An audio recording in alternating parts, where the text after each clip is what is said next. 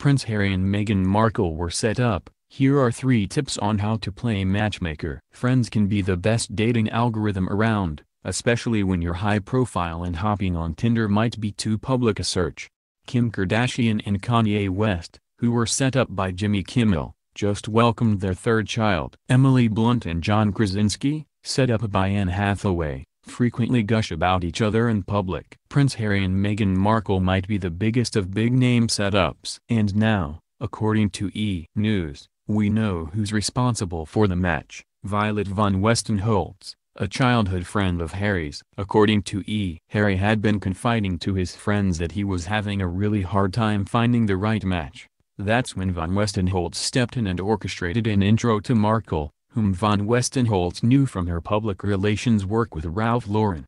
In interviews right after their engagement in November, Markle said that she didn't have a particular fascination with or understanding of the royal family before she'd met Harry. She had just one question for their mutual friend. Was he nice? She asked. Because if he wasn't kind, it didn't seem like it would make sense. Meanwhile, the prince admitted that I never even heard of her. He didn't watch her USA Network legal drama Suits. Kudos to Von Westenholz for making a good match. It's not easy. As successful as friend-brokered setups can be, they can also be royally bad. Here are a few things to avoid when trying to pull off your own Von Westenholz. Don't set 2 people up just because they're the only 2 single people you know. Has this ever happened to you? A friend sets you up, and you spend the entire day trying to figure out, why? Why does my friend think we'd be a good match? Former Bachelorette Andi Dorfman has been there. My friends set me up, but they're terrible at it. She told me in an interview in New York last year. Someone will be like,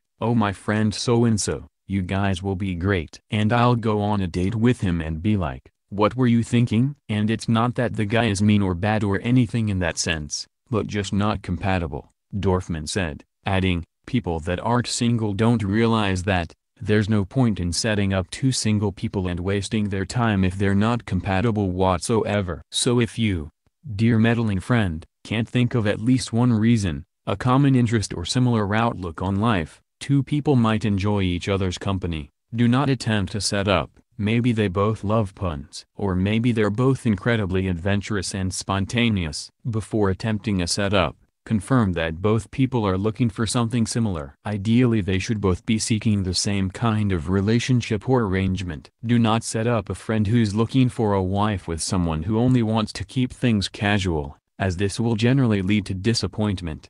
But feel free to push them out of their comfort zone. When daters are swiping on Tinder, they're likely to stick to their tried-and-true types. But when a trusted friend makes an intro, daters can be more willing to overlook deal breakers. For instance, when Washington Post contributor Kelly Clay was souring on the dating app scene, she asked about 10 of her closest friends, all of whom were married, to set her up. While out on one of those dates, with a man who had a kid and lived at his parents' house, 2 things that would have been deal breakers had they met on Tinder, she found herself reconsidering.